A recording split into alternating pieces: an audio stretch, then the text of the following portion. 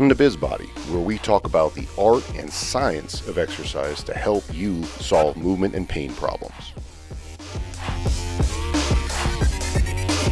Reality is constructed. It's constructed in the mind, right? So then how these abilities are now constructed are also a feedback loop orientated process if there's any chance knowing material continuums along with processing continuums. And that's why overall it's like, hey, looking at the whole system instead of saying, hey, my back hurts, work on my back. We've worked on backs over and over and over again with what type of result? It's hit and miss. Man, people will feel good short term, but then long term, these problems have a tendency to just really change over time. And that's been why looking for a better solution towards holism and an integration of what the whole organism is going through and how they're perceiving it, along with having ways to quantify certain things to have baselines. Now we have qualification and quantification. I think that's a great segue into like, well, what did we do before? What were some of the things that we looked at before as trainers? I mean, as trainers, like you may, depending on where you're at and, what the process is at your facility, like, I've seen things as crazy as like, client walks in, you give them like a one sheet medical history with some questions, and then if you're satisfied with what you see, like you just start going after it, right? Mm-hmm. Like I've also seen, things where, there's so many things you can do from, FMS stuff, right? Functional movement screen stuff that was big 20 years ago and still has a following, but it's like, what does that really tell us, right? Mm-hmm. It gives us information, for sure. Like, like taking somebody through a functional movement screen will give you information, but is it really telling you what you think it's telling you, right? Mm-hmm. And I think that's the big thing is like, you can use anything as an evaluation, right? Like as long as you have something before you do something and then something after to compare it to. Mm-hmm. Now, can you be more specific? Totally. And, right? and is it giving you the info that you think it's giving you? Like making these inferences of what's tight, what's weak, how do you really know things are weak? Like right. What should their range of motion really look like if you have no idea of their joint structure? Like if this person has a completely different type of hip socket on one side versus another, versus a trochanter shape that's way different, or the head of the femur, like how do you know unless you have like an x-ray of it? Or somebody's got a knee replacement. It's like, what kind of motion should they have in that artificial knee versus their quote unquote good knee? Right? What was the approach of the hip replacement or knee replacement? Where was the nerve block of the nerve damage that's now done? Because a nerve block is essentially peripheral nerve damage to that area. It's like, well, what do you think is regulating their ability to judge the amount of tension and position of all the controllers of that limb, those peripheral nerves? So right. It's like if there's no understanding of that, well, yikes. It can get rough, even cardiovascularly. I mean, how many people go in and like, well, we do this type of cardio, but have no submax heart screen to know if somebody's like autonomic response to light stress on a bike or a treadmill could cause a cardiac event. Right. I mean, it's a lot of things that, I think we as professionals a lot of times just take for granted. Yeah. Right. Where the person coming through your door is relatively healthy or has gone to a physician and gotten clearance to do exercise, which we know is never the case. Right? Usually people come in because either they want to be able to do certain things, right? They get to a certain point in their life where things have been taken away and they want to get them back. Yeah. And they may not be in the best position physically to do those things. And right? how many people that are not quote unquote healthy want to try to use exercise in order to be healthier, I mean, that's the majority of the population of the United States that are utilizing exercise. I mean, utilizing exercise to be healthier. So then our organization process of, number one, defining like what could get in the way of this person having success. Like, number one, it's like that's so interesting of thinking of all the different things that people could be going, like what could somebody need to recover from? So I mean, just a list of a previous webinar that I attended was like the idea of, okay, what about orthopedic problems, right? Orthopedic disease, peripheral nerve trauma, central nerve trauma. Like, what about age-related changes? What about if there were any type of spinal cord problems? What about reactions to sound and vibration? What about immune responses?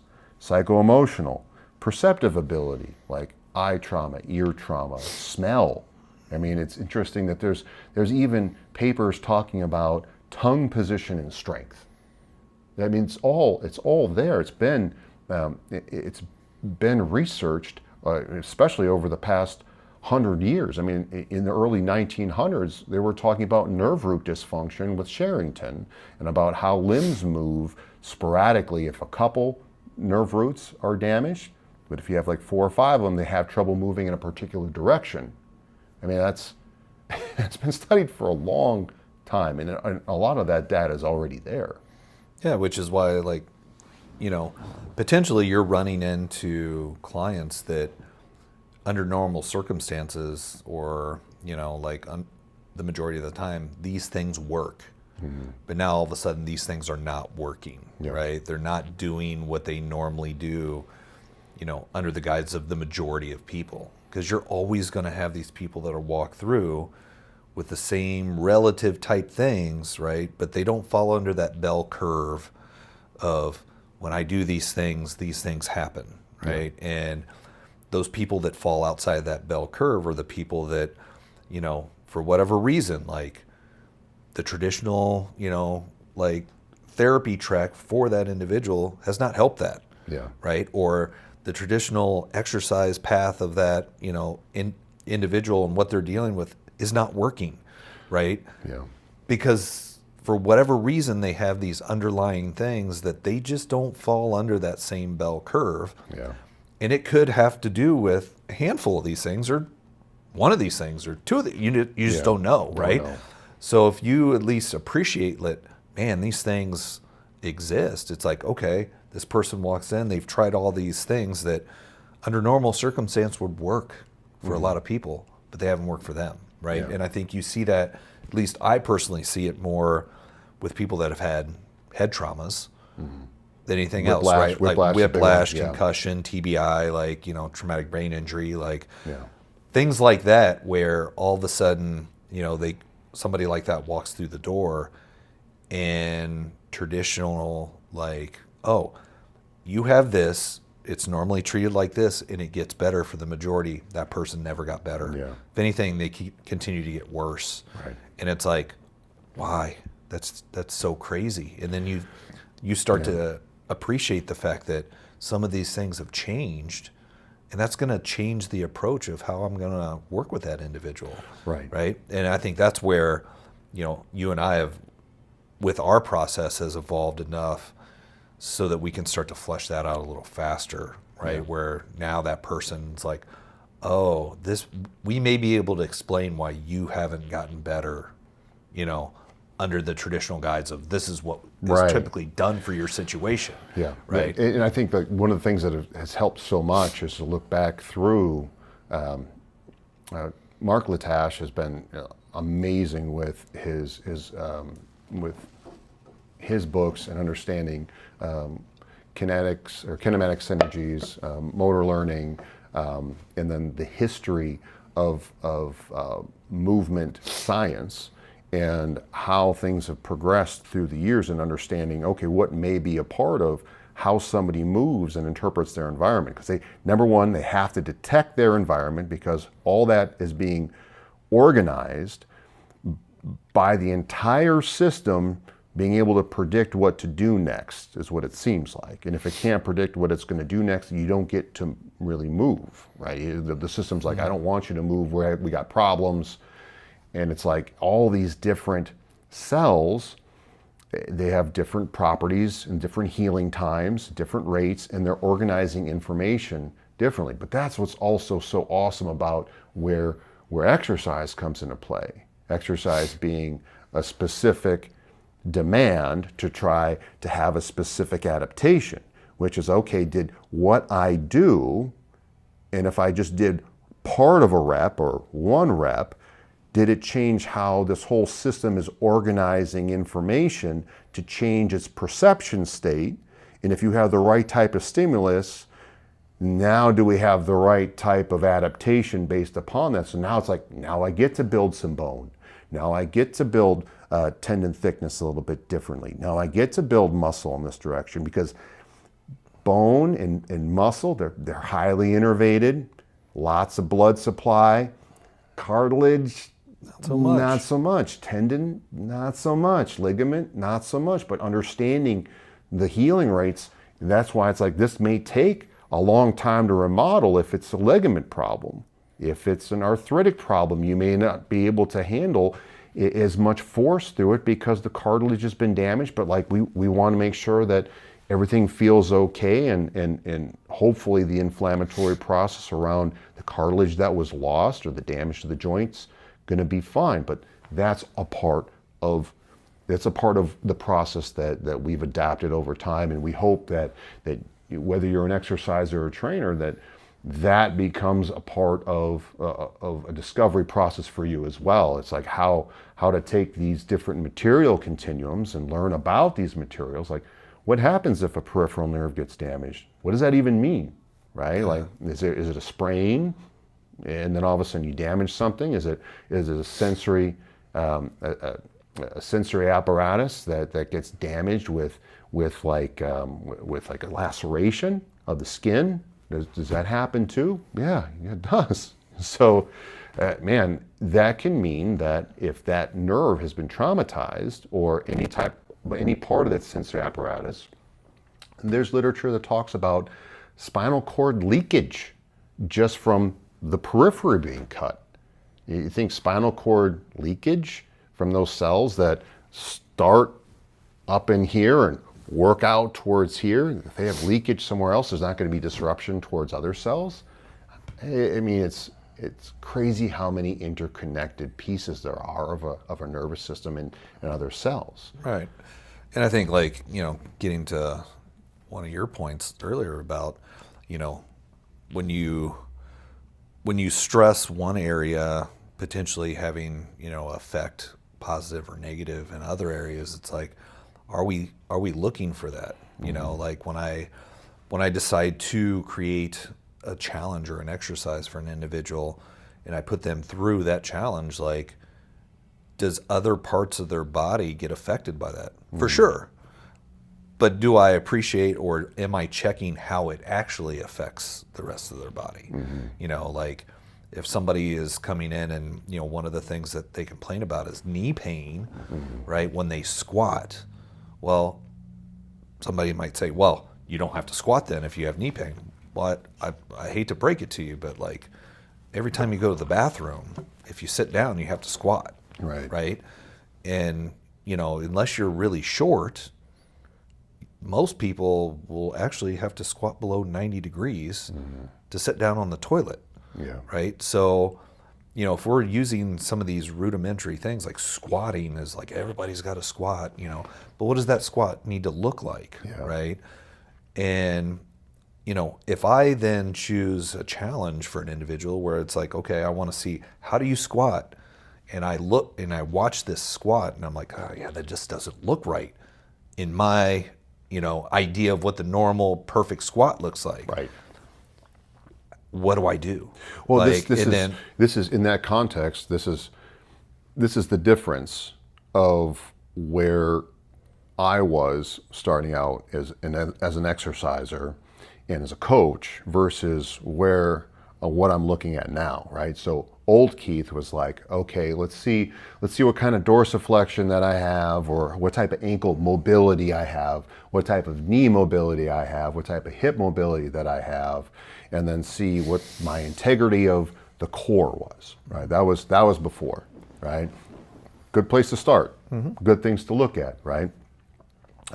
What if they sprained their ankle at one point in time, and now they don't really have inversion or eversion going on at that ankle joint, but then that inversion and eversion only affects the frontal plane of the hip differently than it affects the sagittal plane of the hip versus a transverse plane of the hip, versus if both feet are touching something versus one foot touching something, and how that's organized, right? So now it's like, does that change how the whole system is recruiting? And does it change the vestibular system, right? Because I have to know that this is the horizon. And if I had inner ear infections at one point in time, as soon as I turn my head here, or my head like this, or my head like this, or I maybe even change elevation with the otoliths in my head, I may not be able to squat at all. It may change how all of that information from the feet is being processed by where my detection of even the horizon, or my accelerometer of me going up and down is saying this is okay or not okay. And that's assuming that the ear itself is okay, the eyes are okay. What we're getting at is the whole system is processing information all the time. And any part of the feedback apparatus can change the whole at any time. That's a huge advantage as someone that can take a look at, oh, this is how you're detecting where you are laying down. This is how you're detecting when you're looking up. This is how you're getting visual information. This is what it was like when we don't have visual information. You can choose to make these challenges about more than just squatting. And you can actually see how they're influencing how somebody is dealing with their amount of elevation, the ability to handle different elevations. Yeah, I think the biggest thing with that though is, again, you can use the squat, right, as something that is hard for you as the individual, and then you can parse out like how the leg moves in different planes, right, and challenge that especially if there's no discomfort, and then go back to the squat and see if the squat feels better. Right? Like, can you lay on the table and bend your knee and bend your hip, in a position that would look like a squat when you're not loaded with any discomfort or any dysfunction? If you can, cool, that's good information to know, right? Because if you can't even do that with your feet not being loaded, man, like, where do you start there, right? Like, so I think, really what we're getting at here is like, there's so many options, that how do you start to pick and choose which ones to use to make the thing that you can't do better without doing the thing that bothers you, right? It's like, we're not going to squat more because you don't feel good squatting until you get better or feel better squatting, right? That just doesn't make sense. So, from that perspective, is like, people don't like doing things that hurt, right? Like, most people aren't naturally, masochistic in nature, and, seek to do things that hurt. We tend to avoid them. So if I know that every time I go to sit on the toilet, like, my knee throbs because I'm in this squatted position, right? What are some of the things that I may, as an individual, start to look at that may actually help my knee feel better when I have to go to the bathroom, right? And that could be something in that limb, or it could be something completely in a different area of the body, right? And that's really what we're talking about, is like, and this is what we see with people that have had, concussion, whiplash, TBI, things like that, where, man, just like different positions of the head, or, taking vision out completely changes sensation and something in a position that you don't feel so hot in. And to piggyback off of that, this is what I was getting at, was the idea that having a system-wide process of organizing challenges through the wrists, through the elbows, through the shoulders, changing the head position, seeing where you look, challenging the neck, challenging, as long as the person that's doing it has an idea of what types of materials in their body have been previously damaged, if there's been any type of disease, has there been loss of consciousness, traumatic brain injury, whiplash, has there been any type of concussions, any types of ear problems, whatnot. But it's like, now you have an idea that, even if I decide to learn something off of a computer and read something, I still need skeletal muscle to move my eyeballs that then tracks my neck with what I'm reading, right? So it's still a skeletal muscle learning phenomena that is never it's never one or the other. It's always included. Motricity and movements always combined with learning. It's just how it's biased over time. And now we get to say, okay, since it's all connected, if I'm reaching for this cup, I'm using my arm, my eyes, and my hand and my neck in order to locate this cup, grab this cup, bring it to my mouth. And all those, in the research at least of what I've seen, is that they're almost firing synchronistically. They're almost firing simultaneously as a circuit in order to be able to do this. And that can happen, that can happen either my brain had to say, well, this is how I'm going to formulate this movement. This is the best way I'm going to orchestrate this movement. I didn't have to really think about it. I just did it, right? Mm-hmm. And that's happening over and over. And we get the opportunity with exercise to be able to take samples of so many different things to say, like, did this thing help that thing by chance? Yeah. Right? And is it repeatable? Is it repeatable? Do you see it happen time and time again? Right? Yep. Like, and I think that's, again, as a exercise professional, you're really just a scientist, right? Yeah. Like, we're just, we're coming up with a hypothesis based on the current set of information. We test that hypothesis. Sometimes you're right, sometimes you're wrong, mm-hmm. right? But I can't be stubborn enough to know that, or to think, if this doesn't work, if I keep doing it over and over, eventually it will work, right? Yeah. So, it's like, right, as we've matured and as we've gotten more experience, it's like I spend way less time on stuff that doesn't work mm-hmm. than I ever used to. It's like, well, that didn't work, let's go here. That didn't work, let's go here. That mm-hmm. didn't, and you just have more opportunities and understanding of, now I have all these opportunities versus what I used to think, I had just this small window of things that I could do. Now it's like, okay, well, if that's not working, I'm going to this. If that doesn't work, I'm going to this. And then, or how long would you even stay with something, right? Because say it's a nerve root problem where you can tell someone as soon as they're driving their whole body a certain way, they come in crooked, mm-hmm. right? Like we've all seen, hey Keith, my back. Right? So if I know that, okay, giving these nerve roots some space and actually training lateral flexion, torso rotation from giving this place some space, and now I'm going actively towards that range to see if those controllers are like, okay, let's give these nerve roots some space, but then let's control that tissue for the amount of squishing that it's going to go through, because you're thinking, okay, can it actually organize movement around it? And if we do 4 or 5 reps a couple times where it's not really fatigued and it doesn't piss off the system, then we already know that our different stages of tissue remodeling, maybe you didn't really damage that tissue that much or at all, right? So now you're cutting down the amount of remodeling time, the proliferation stage, that remodeling stage, and now you can do things more often. You just don't do as much, but you can do it more often. And now a year from now, if you can completely load it different, because now my expectation of, okay, this was a tendon, ligament, cartilage problem with nerve root problem, I know that may take up to a year, 2 years to even change if I'm going to see a change. So now my expectation's different than, I had a contusion here, 6 weeks, that bruise is going to be okay, and the muscle's going to perform different, then let's go. right? Or this person's got like stage 4 arthritis where it's just ground bone on bone. Like, what do you expect is going to happen? Yeah.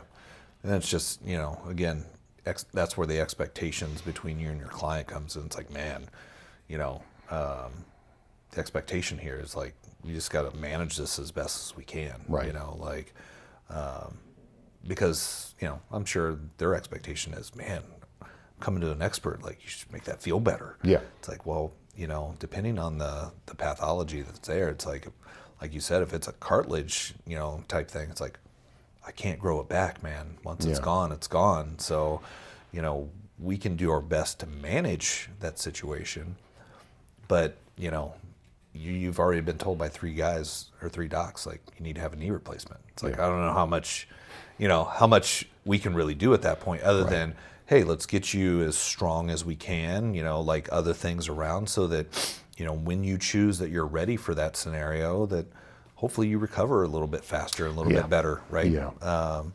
And there's going to be those times, right, where you just have to set your client down and say, hey, based on where things are at with you right now, like, this is kind of out of the scope of what I do. Yeah. Here are the things that I can do for you. And if that's okay with you, we can move forward. It's always about consistent education of like scenarios and context.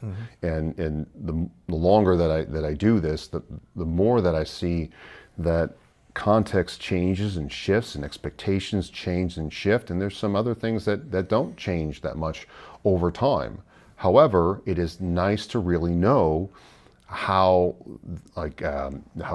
what's happening within the materials of the body, how that's being sensed and controlled, and then overall, how do you feel about it, right? So those 3 things tend to pop up again and again. So as we go deeper into this rabbit hole on the next segment, we're going to go over like one specific scenario, and we're going to talk about what we've seen on both ends of clients that we've both worked with, and even we may even go over a scenario that we personally work on ourselves, and my response from what I've seen and from my practitioner Brandon, who works on my body, to see what he observes and how they could be similar and how they could be different, and then what types of things that we experience as we go through that for an intervention or not to intervene. Yeah, and I think just wrapping everything up, I think the understanding of this is important. Why? Mostly, again, so you can make better decisions, but also like to set better expectations for your client, right? Or you as the individual, understanding that, if you have some of these changes, what is the chances that these things can remodel, right? And if they do, how long does it take so that, when you walk in somewhere, like, you have a better sense of like, okay, this is potentially what this individual that I'm hiring can do. Yep.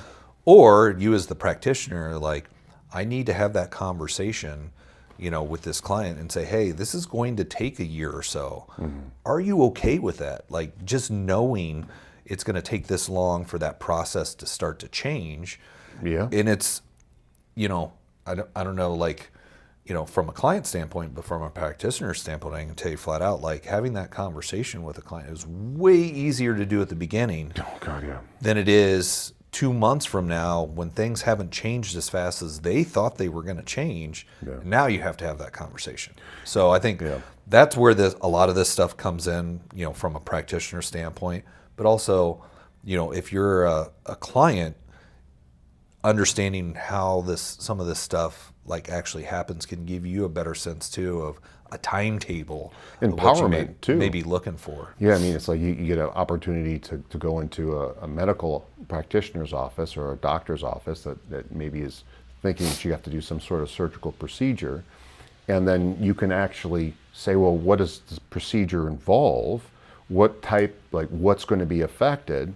And now when you have an idea of like if it's cartilage material, ligament material, bone material, whatever, nerve material, like what are the expectations and what can you trace that back to for a timeline of intervention so that you give yourself the best opportunity to recover the best that you can, and or maybe even come out better than the baseline that you had going into it. Yeah. So, well, I want to thank everyone again for listening and watching. I'm Keith. I'm Brandon. Thank you for listening to the Biz Body Podcast. To support the show, click and subscribe. If you want to work with Brandon and Keith or want to train at body activation, go to body-activation.com and get a hold of us directly. If you're an exercise professional that wants to put all of these ideas into your very own system, check out exerciseproed.com for the Muscle System Specialist course and the Exercise Explorers Club. Exerciseproed.com. Rethink exercise.